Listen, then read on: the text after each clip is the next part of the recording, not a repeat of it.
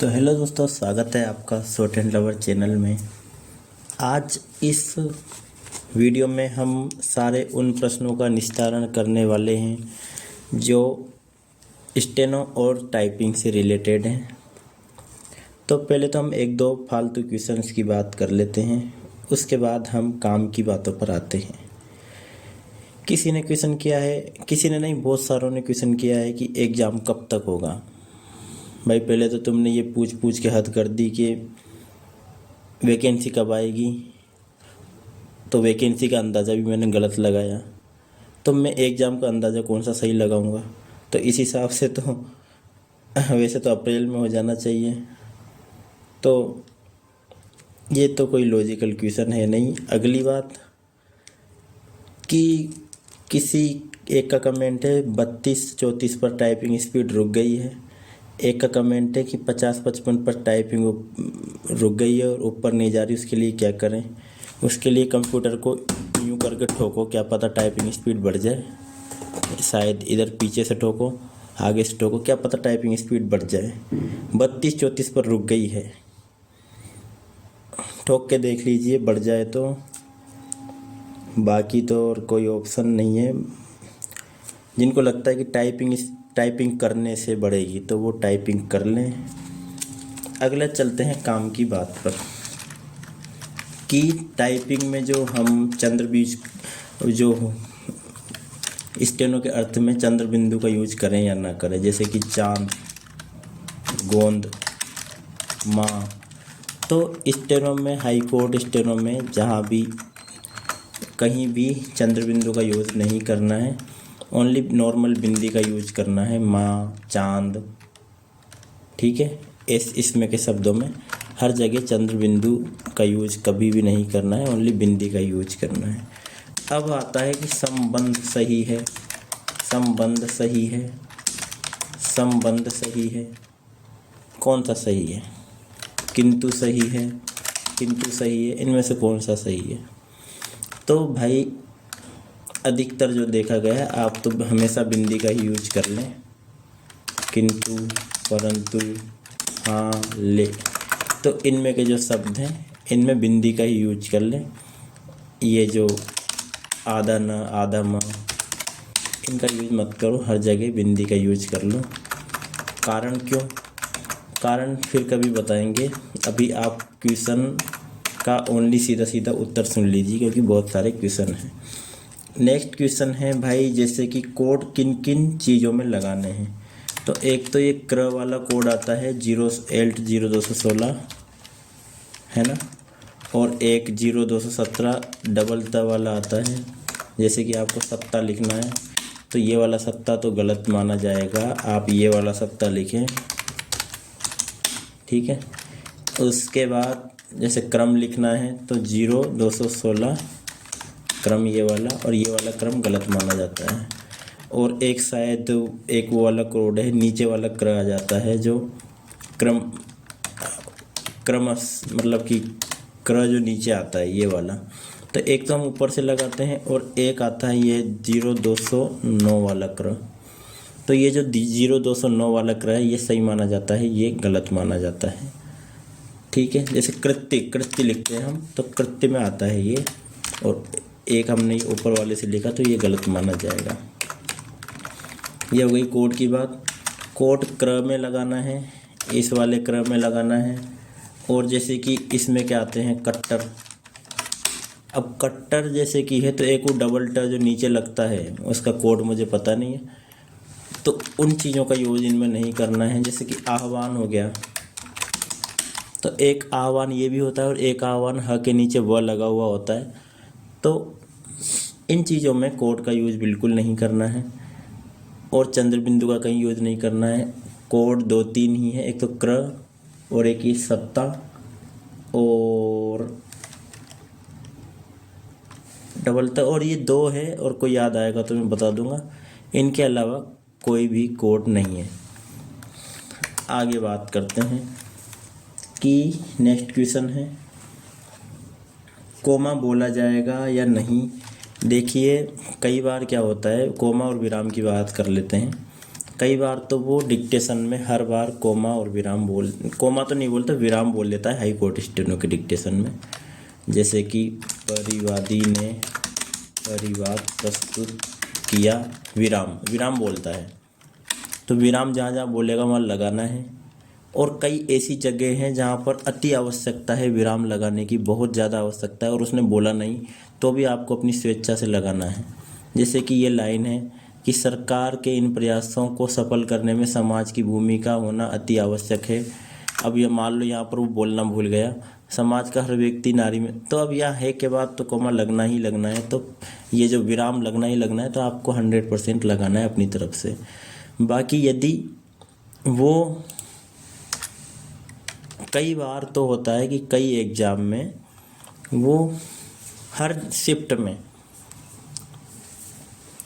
Shift में विराम बोलता है। कई बार ऐसा होता है कि एक भी शिफ्ट में विराम नहीं बोलता है, तो विराम तो आपको स्वेच्छा से लगाना है, चाहे बोले या ना बोले। यदि पहली शिफ्ट में विराम बोलेगा तो फिर हर शिफ्ट में वो विराम बोलेगा, लेकिन कोमा नहीं बोला जाता है।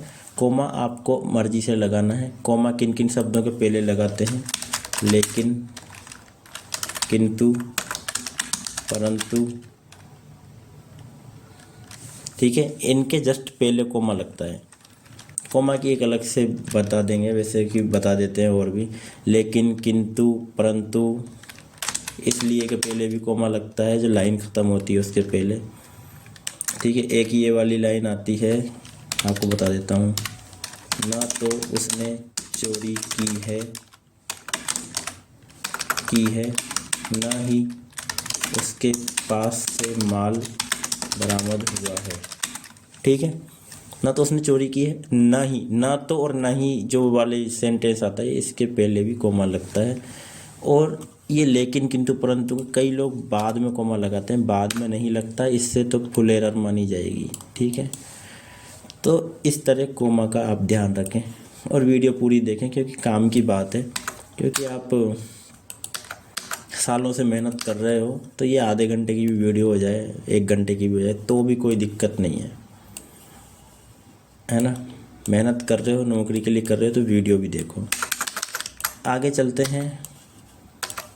इसमें क्या है, आपकी जो है सारी प्रॉब्लम सॉल्व हो जाएंगी जो भी है। नेक्स्ट क्वेश्चन है कि पैरा चेंज करते समय आपको किस बात का ध्यान रखना चाहिए। मैं अपनी मर्ज़ी से बता देता हूँ, आपको क्वेश्चन तो नहीं है। जैसे कि आपने यहाँ पर चेंज किया है, आपने यहाँ पर पैरा चेंज किया। हमारी क्या आदत होती है कि हम जब भी टाइप करते रहते हैं ना, भूमिका होना अति आवश्यक है, तो हमारा हर चीज़ के बाद स्पेस देने की आदत होती है। जैसे कि भूमिका होना अति आवश्यक है, फिर मैंने यहाँ पर स्पेस दे दिया। अब हम एंटर दबा के पैरा देंगे, ये लो।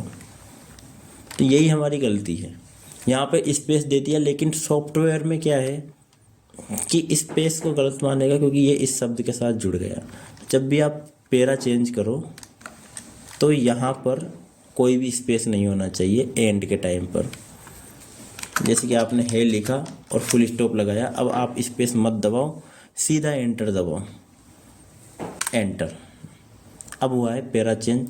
अगर आपने स्पेस दबा के एंटर मारा तो ये शब्द गलत माना जाएगा, इस चीज़ का विशेष ध्यान रखना चाहिए।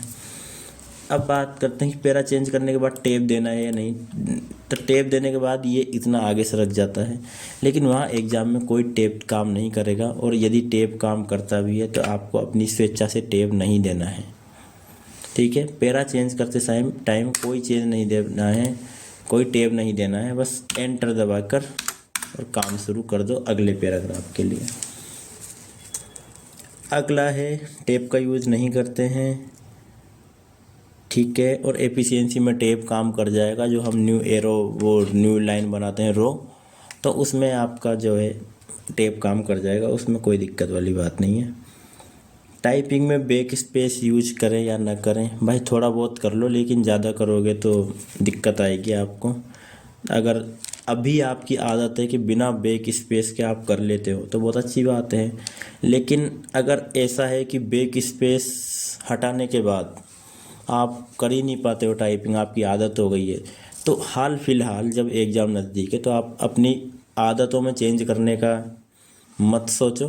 अगर बैक स्पेस यूज करते हो तो करते हुए चले जाओ, लेकिन जहाँ तक हो सके उसका यूज कम कर दो। बिल्कुल छोड़ोगे तो बहुत ज़्यादा प्रॉब्लम आएगी, इसलिए बैक स्पेस को चलने दो, लोड लेने वाली कोई बात नहीं है। अब आ जाती है मेन चीज़, प्रमाण पत्र। जितने भी पत्र आते हैं उनके बीच में लगता है डैश, ठीक है। शपथ पत्र, और ये बिल्कुल ऑथेंटिक चीज़ है, कानून की किताबों में लिखा हुआ है। जिस कानून की किताब में से वो डिक्टेशन देते हैं उन्हीं किताबों के आधार पर मैं बता रहा हूँ कि अपनी मर्जी से नहीं बोलता हूँ। तो शपथ पत्र, प्रमाण पत्र, स्टाम्प पत्र, तो इसमें की चीज़ें हमेशा पत्र के बीच में लगता है डैश। कई पत्र होते हैं जिनमें 2 अक्षर के नाम होते हैं, बंध पत्र, वाद पत्र, ठीक है। तो इसमें जो 2 अक्षर के नाम पत्र हैं उनको डायरेक्ट जोड़ के लिख देना चाहिए, जैसा कि कानूनी किताबों में देखा गया है। ये सब बंध पत्र और वाद पत्र सेम, बिना कोई स्पेस, बिना कोई डैश, सीधे आ जाते हैं। और जितने भी 3 नाम से ये जो है, प्रमाण पत्र, स्टाम्प पत्र, शपथ पत्र, निवेदन पत्र, तो इनको डैश लगा के लिखते हैं। अब चलते हैं आगे कि टाइपिंग में फ़ॉन्ट साइज कितनी होती है। भाई टाइपिंग में फ़ॉन्ट साइज बहुत बढ़िया होती है, ये दिख रहे हैं इतनी बड़ी होती है, आराम से दिख जाते हैं। ये फालतू चीज़ें सोचने की बजाय टाइपिंग स्पीड पे ध्यान दो, उसमें ज़्यादा फ़ायदा है। आराम से दिख जाते हैं, बच्चे अच्छे फ़ॉन्ट आते हैं। आगे चलते हैं कि टाइपिंग में स्पीड कितनी मांगते हैं। भाई टाइपिंग में स्पीड तो 35 मांगते हैं हाई कोर्ट स्टेनो में। अब आप नोटिफिकेशन देख लो कि उसमें क्या लिख रहा है, उसमें 35 ही लिख रहा है, तो 35 ही मांगते हैं। लेकिन जो मांगते हैं उतना ही आप करके जाना चाहते हो तो आप उतना ही करके चले जाओ, लेकिन सिलेक्शन थोड़ी 35 में होता है। ऐसे तो हर एग्ज़ाम में बस 35% नंबर मांगते हैं क्वालिफाई करने के लिए, तो नौकरी थोड़ी लग जाती है क्वालिफाई करने से। अब एफिशिएंसी में 22.5 नंबर आने चाहिए और टाइपिंग में भी 22.5 नंबर आने चाहिए। वो तो 22.5 मांगता है, फिर तुम क्यों 50 के पीछे पड़े हो? 22.5 तो वैसे ही आ जाएंगे। तो वो कितना मांगता है उससे हमें कोई लेना देना नहीं है। कट ऑफ क्रॉस कितने नंबर में होती है, कितनी टाइपिंग स्पीड में होती है, मैटर उससे है। वो कितनी मांगता है, वो तो 22.5 मांगता है, तो ले लो 22.5। 50 ये 35 की स्पीड मांगता है, कर लो 35 की स्पीड। कट ऑफ क्रॉस करने के हिसाब से पूछो। नेक्स्ट चलते हैं, एक्यूरेसी कितनी चाहिए टाइपिंग में फुल मार्क्स के लिए। नेट स्पीड अच्छी कर लो 65+, एक्यूरेसी की कोई दिक्कत नहीं, 90-95 कर लो, आराम से हो जाएगा काम। एक्यूरेसी से ज़्यादा कोई मतलब नहीं होता फॉर्मूले के अनुसार। फिर भी आपके दिमाग में संदेह है तो आप एक्यूरेसी बढ़ाने का पूरा प्रयास करें। नेक्स्ट है लगभग कितने फॉर्म भरे जाते हैं। भाई हर बार 30 से 40 हज़ार के बीच भरे जाते हैं, जिसमें से 30,000 पिछली बार 30,000 हिंदी के थे, 8,000 इंग्लिश के थे, तो टोटल 38,000 तक भरे जाते हैं। और एवरेज 32,000, 35,000, 40,000, 38,000, लगभग इतने फॉर्म भरे जाते हैं। यानी कि जनरल की बात, यानी कि अभी जो 100 वैकेंसी हैं 113, तो 300 बच्चों पर एक बच्चा निकलेगा, इतना कंपटीशन है। यानी कि 300 बच्चों को क्रॉस करोगे तब आपको इसमें जॉब मिलेगी। हर बार 300 पे एक बच्चा का कंपटीशन रहता है। आगे चलते हैं कि टाइपिंग में ज़्यादा हार्ड मैटर आ रहे हैं, जो ऐप के ऊपर हैं, वो लास्ट वाले जो मैटर हैं वो बहुत ज़्यादा हार्ड हैं। तो भाई हार्ड मैटर टाइप करने की कोई ज़रूरत नहीं है। नॉर्मल मैटर में आपकी जितनी स्पीड आ रही है वही आपकी ऑथेंटिक स्पीड है, रियल स्पीड है। एग्ज़ाम में नॉर्मल मैटर आते हैं, कोई हार्ड मैटर नहीं आते। अगर हार्ड आ जाते हैं तो वो हार्ड होते नहीं हैं, वो लगते हैं, ठीक है। और नेक्स्ट क्वेश्चन है भाई, इंग्लिश स्टेनो की कट ऑफ कितनी जाएगी। भाई एग्ज़ाम तो हो जाने दो, इंग्लिश स्टेनो से मेरी कोई जानकारी नहीं है, कट ऑफ कितनी जाएगी। भाई तुम लोग चाहते क्या हो, ये क्या क्वेश्चन है, इंग्लिश स्टेनो की कट ऑफ कितनी जाएगी। भाई मुझे क्या पता कितनी जाएगी, भविष्य ज्ञाता तो मैं हूँ नहीं कि कितनी जाएगी इंग्लिश स्टेनो की कट ऑफ। ठीक है, ये सारे हो गए हैं, और भी क्वेश्चन मिलते हैं तो नेक्स्ट वीडियो बना देंगे। तब तक के लिए आप सभी को हार्दिक शुभकामनाएं, अच्छी तैयारी करो, एग्ज़ाम के लिए शुभकामनाएं।